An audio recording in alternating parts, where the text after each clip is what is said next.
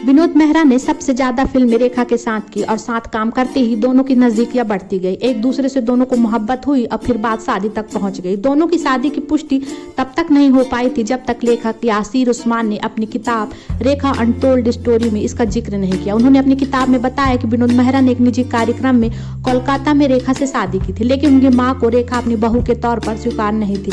ऐसे में जैसे रेखा को लेकर विनोद मेहरा अपने घर पहुंचे तो माँ ने अभिनेत्री पर चीखना चिल्लाना शुरू कर दिया था। रेखा ने जैसे उन्हें शांत कराने की और पैर छूने की कोशिश की, विनोद मेहरा की मां ने अभिनेत्री को धक्का मार दिया और खुद से दूर कर दिया। यही नहीं, इस कहानी में इस बात का भी जिक्र है कि विनोद मेहरा की मां ने रेखा पर चप्पल तक फेंक कर मारी थी। विनोद ने अपनी मां को शांत करने की बहुत कोशिश की, लेकिन इससे कोई फायदा नहीं हुआ और बहुत कोशिश के बाद भी जब कोई नतीजा नहीं निकल पाया तो उन्होंने रेखा को जाने के लिए कह दिया। इसके बाद रेखा और विनोद मेहरा की शादी टूट गई और फिर अभिनेता के परिवार ने उनके लिए दूसरी लड़की तलाशना शुरू कर दी।